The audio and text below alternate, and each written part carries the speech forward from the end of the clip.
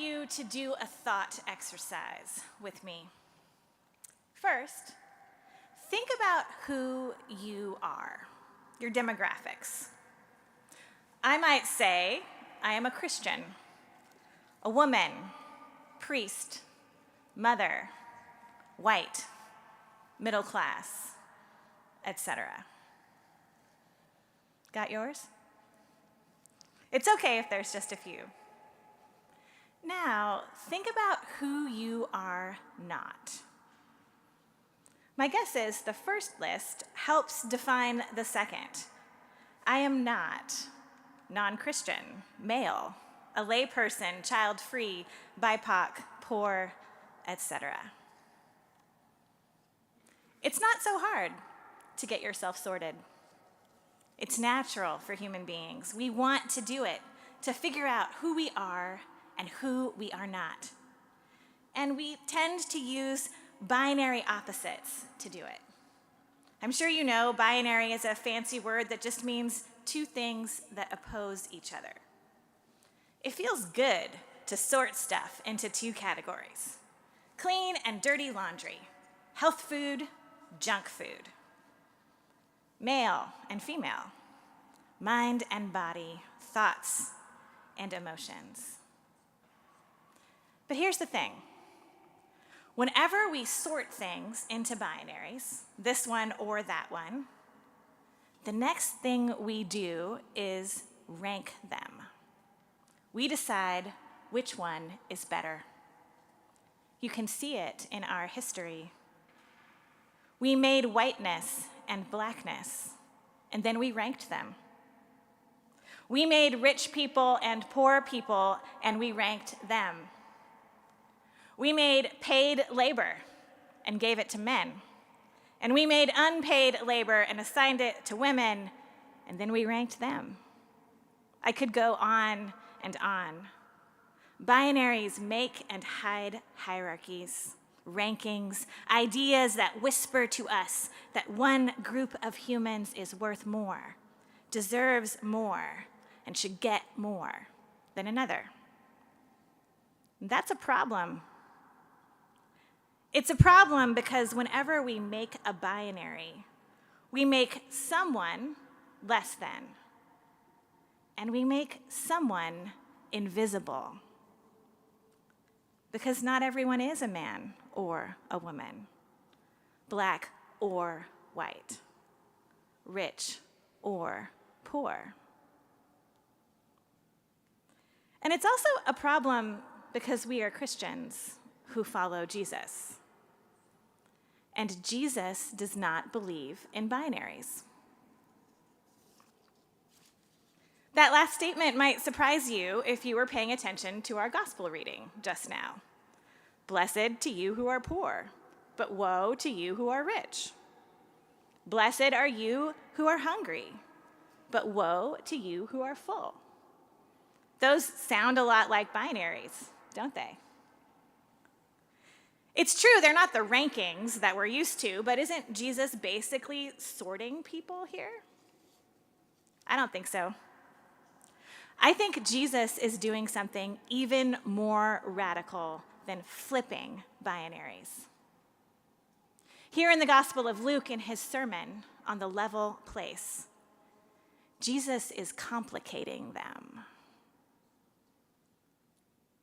It is likely you've heard another version of this story, often called the Sermon on the Mount. In the Gospel of Matthew, Jesus is preaching on a mountain, sitting above his listeners. In Matthew, there are no woes listed, only blessings.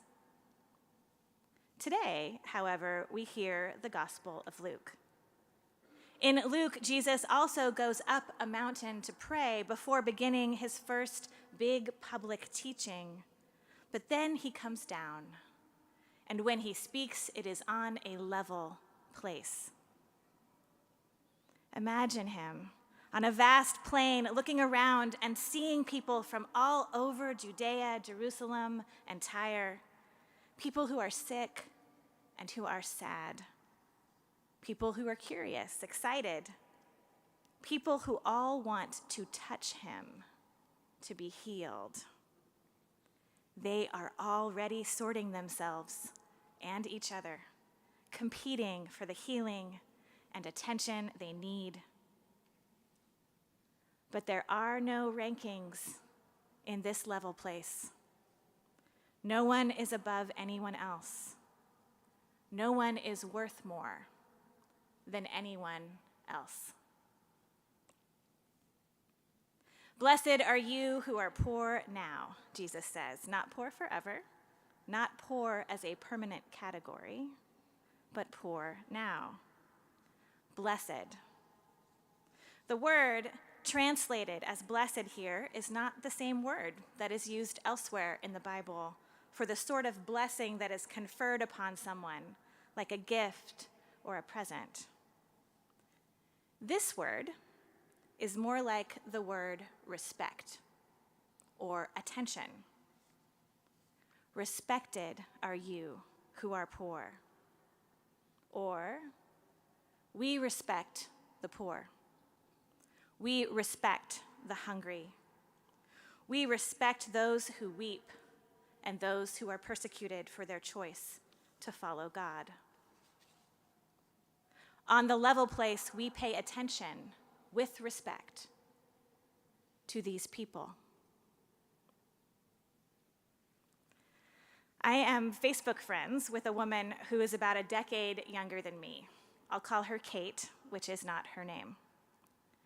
Kate is a single mom. She's got 2 kids who are about my kids' age. She has worked several jobs in the time I've known her. When we were first connected on social media, I felt judgmental toward Kate. She would post pictures of the brand new Nikes she bought her son one week, and then post the next week about how she didn't know if she could make rent. She seemed to go from feast to famine all the time. I offered to help. I was pretty sure all she needed was a budget. I know how to do that.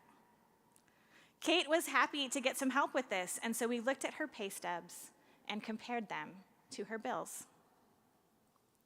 It turns out that Kate, despite working sometimes as many as 50 hours a week, doesn't make enough money to ever pay her bills. Even with WIC money for food and subsidized housing, which she has, even if she never ate out, never had fun, never got her hair done or bought anyone in her house new clothes, her hourly wage will never pay her bills. All it takes is one thing: a car breakdown, a kid going to the emergency room, work cutting her hours, and Kate's lights get shut off, or her water, because she cannot pay. Every time her pay goes up, her rent does too, because that's how low-income housing works. It is no wonder Kate gets her little boy's shoes when the paycheck comes.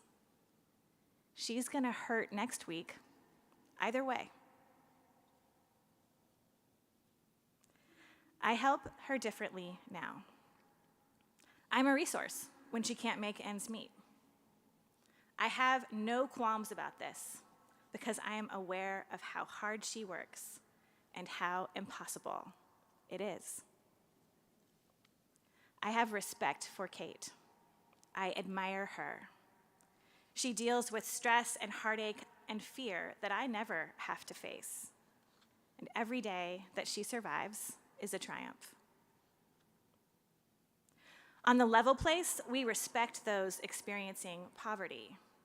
We see them and listen to them. We change our behaviors because we love them. This is also true for those who weep, for those who are reviled. We respect that experience and we change how we live together for those people in the realm of God, on the level place.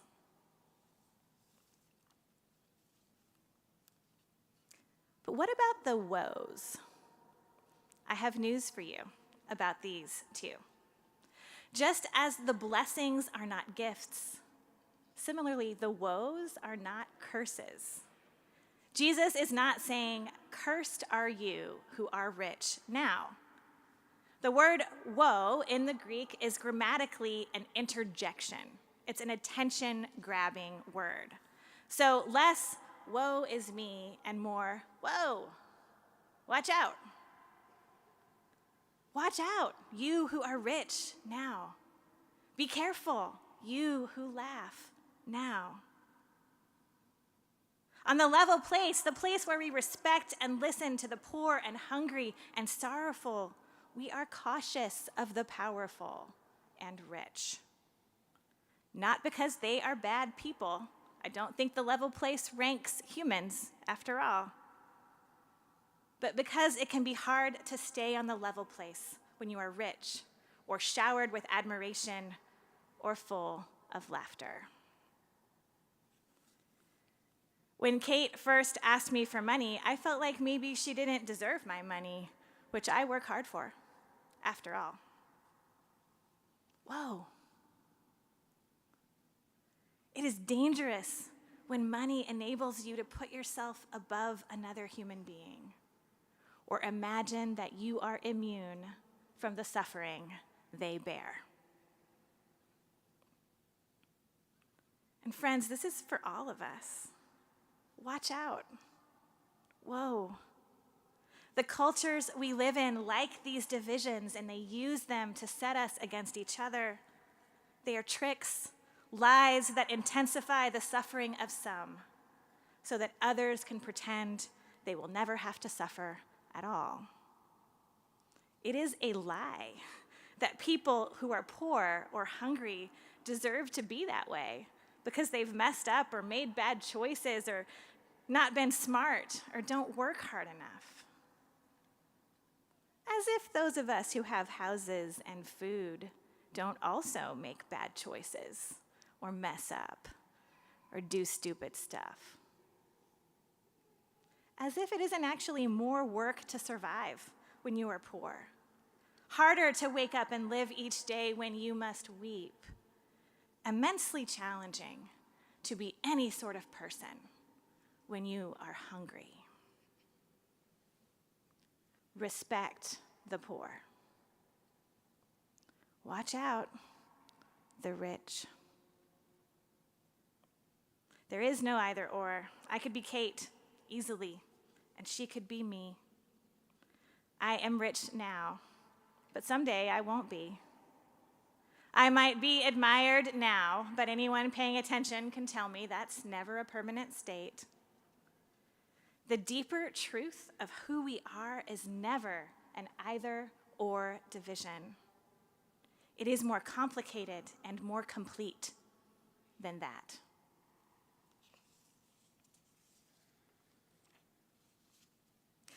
So what was it?